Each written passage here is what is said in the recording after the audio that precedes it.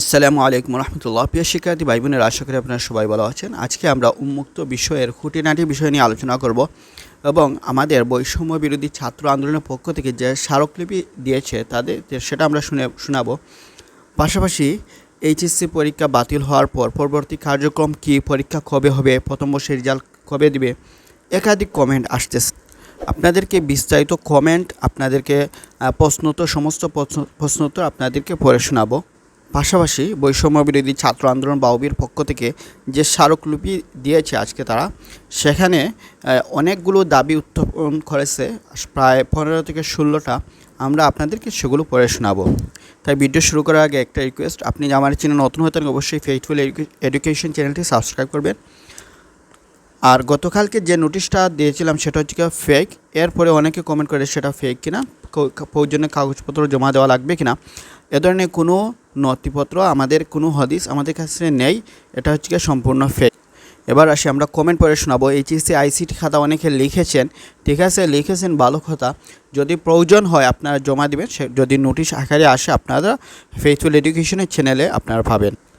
আরেকটা প্রশ্ন, সেটা হচ্ছে কি আমি এইচএসসিতে কমার্সে ছিলাম, এখন এইচএসসিতে আর্টসে নিয়েছি, অর্থাৎ সাবজেক্ট আপনি গ্রুপ চেঞ্জ করেছেন, সেক্ষেত্রে আপনার সাবজেক্ট ম্যাপিংটা কীভাবে হবে সেটা নিয়ে আমরা ইতিমধ্যে একটা ভিডিও দিয়েছি। সেখানে আমরা বলেছিলাম হচ্ছে কি গণিত ও বাংলাদেশ বিশ্ব পরিচয়পত্র থেকে, সেখানে 25 এবং এইচএসসি এসএসসি পরীক্ষার গ্রুপভিত্তিক 3টি বিষয় থেকে নিয়ে আপনাকে 75 মার্ক নিয়ে বিবেচনা করে আপনার সাবজেক্ট ম্যাপিংটা হবে।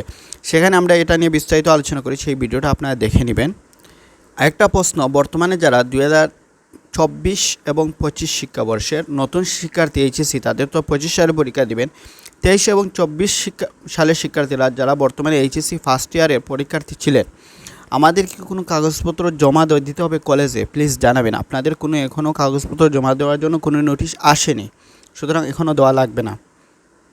সেম প্রশ্ন, আপনাদের কোনো কাগজপত্র জমা দেওয়া লাগবে না, কোনো কাগজপত্র দিতে হবে কিনা প্লিজ জানাবেন। কোনো কাগজপত্র জমা দেওয়া লাগবে না। এখানে যে প্রশ্নগুলো আসে, হয়তো এর প্রশ্ন উত্তর আপনার মধ্যে এরকম প্রশ্ন ছিল, আশা করি ভিডিওটা পুরাটু দেখেন, আপনারও প্রশ্ন উত্তর পেয়ে যাবেন। এখানে একজনে প্রশ্ন করেছেন, উন্মুক্ত এইচএসসি পরীক্ষা পাস দিবে নাকি ভাইয়া? অবশ্যই পাস দিবে, সেখানে অটো পাস কিংবা সাবজেক্ট ম্যাপিং, আমাদেরকে সাবজেক্ট ম্যাপিং করে দিবে বা অটো পাসের মাধ্যমে যে কোনো দুইটার উভয়টার সমন্বয়ে দিবে। সাবজেক্ট ম্যাপিং করে সময় কি অপশনাল সাবজেক্ট এবং নম্বর অ্যাড হবে? অবশ্যই অ্যাড হবে।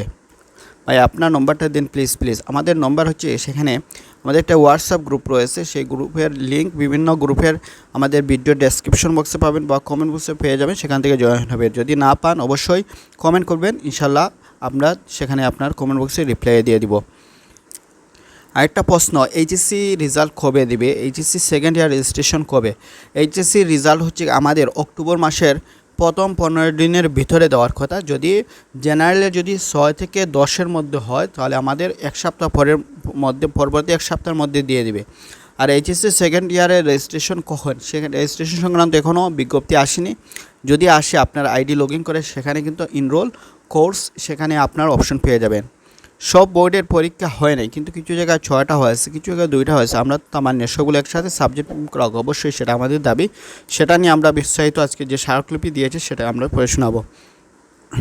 এখানে নাজমুল হাসান ভাই এই যে একটা কমেন্ট একাধিকবার করেছেন, উনি বলতেছেন, আসসালামু আলাইকুম। ওয়ালাইকুম আসসালাম। আমি এইচএসসি 2024 বেচে ছিলাম, প্রথম বর্ষে এক্সাম দেয়নি, পরে স্যারের সাথে কথা বলে দ্বিতীয় বর্ষে আবেদন করি, পরে আবার প্রথম বর্ষের এক্সাম দেওয়ার আবেদন করি। স্যার বলেছিল যে একসাথে সকাল বিকেলে এক্সাম দিতে পারবে, কিন্তু এবছর যেহেতু 24 সালে পরীক্ষা হয়নি, আপনার রেজাল্ট অবশ্যই আসবে, কারণ এই এক্সামের জন্য আপনি আবেদন করেছেন, আপনার রেজাল্ট আমরা মনে করি আসবে।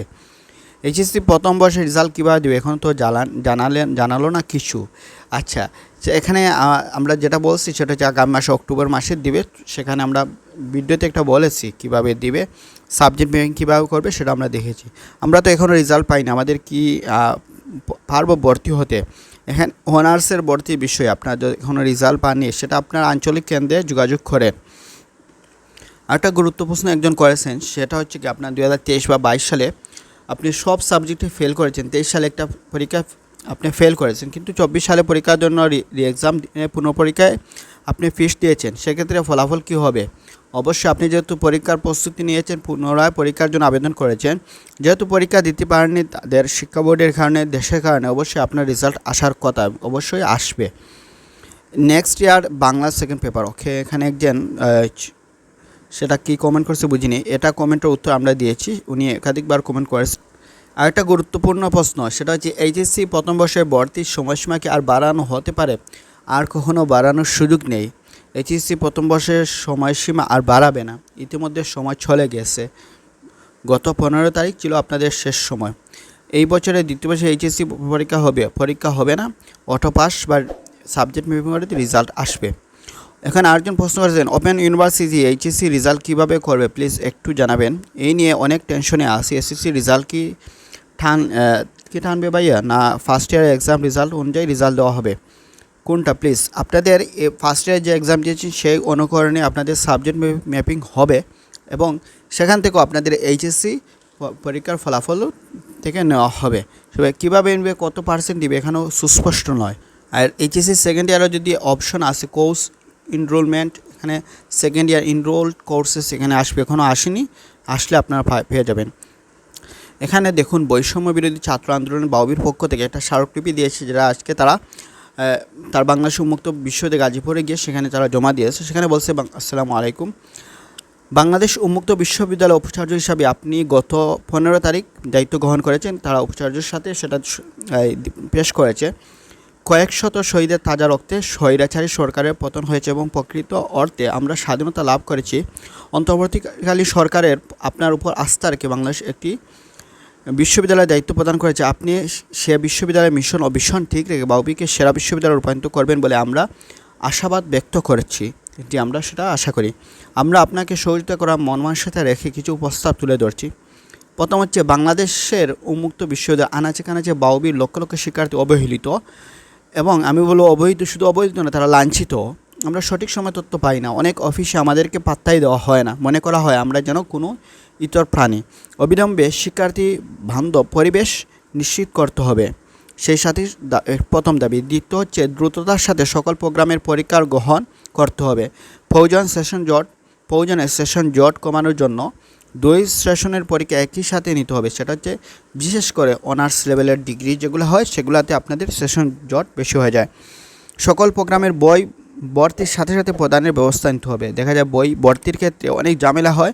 বিভিন্ন কলেজে শুক্রবারে যারা দায়িত্ব থাকে সেটা হচ্ছে অশিক্ষিত মূর্খ লোক প্রায় থাকে, যেটা হচ্ছে আমাদের সেখানে হচ্ছে উন্মুক্ত দেওয়া হয়, স্যাররা থাকে না, সেখানে থাকে হচ্ছে দারোয়ান থাকে বা যে কোনো একটা অধীনে দেওয়া হয়। সে সুযোগকে কাজে লাগিয়ে অনেক টাকা হাতিয়ে নেয়, কারো কাছ থেকে 3000, 5000, 2000, 500, 200 বই বিতরণের সময় প্রত্যেক সাবজেক্ট হিসাবে 100 করে নিলেও তো বা 6 টাকা 600 এভাবে নেয়।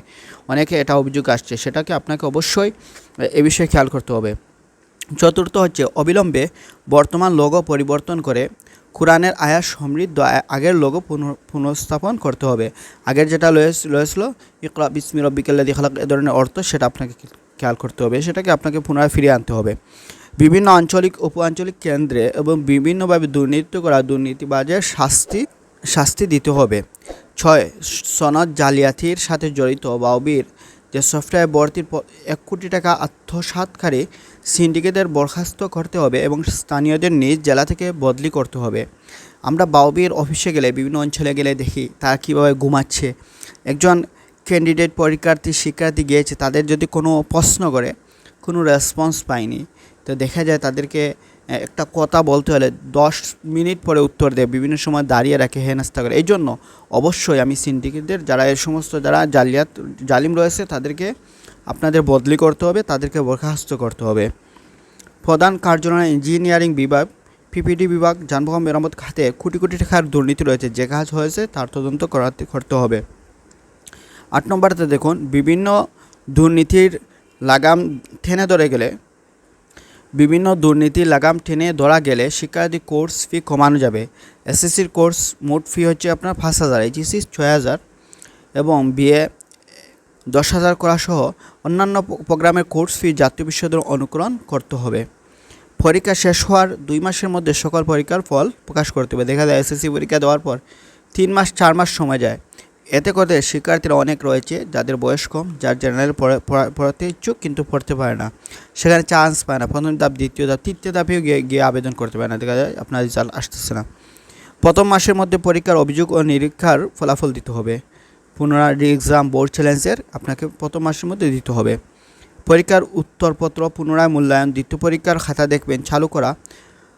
আমাদের খাতা সঠিকভাবে মূল্যায়ন করা হয় না বলে আমরা মনে করি। অবশ্যই দ্বিতীয় আপনার দেখা যায় বোর্ড চ্যালেঞ্জ করছেন কিন্তু দেখা যায় আপনি 500 টাকা নিচ্ছেন, দেখা যায় একজনের রেজাল্ট চেঞ্জ হয় না।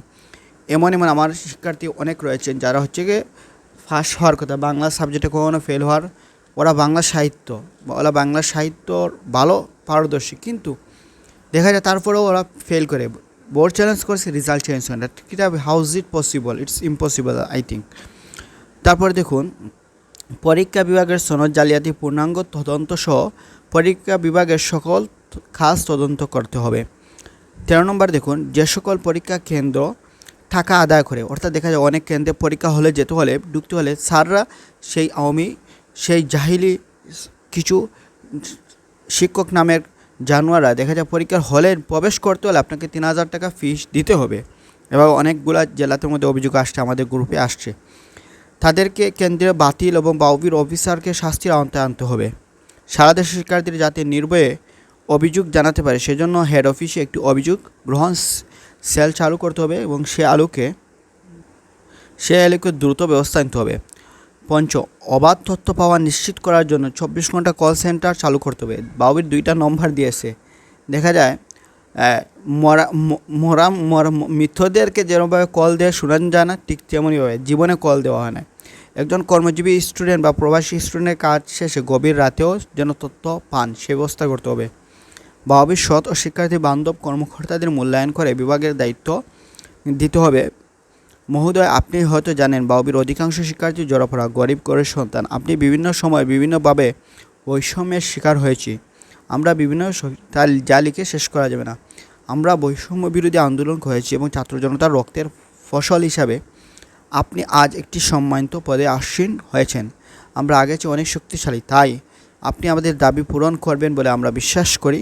আমরা আপনাকে সারা দেশে সর্বাত্মক সহযোগিতা করব ইনশাল্লাহ। অবশ্যই আমরা আপনাদের সহযোগিতা করব। এখানে আমাদের শত শত স্টুডেন্ট রয়েছে, আপনাদেরকে অবশ্যই সহায়তা করবে।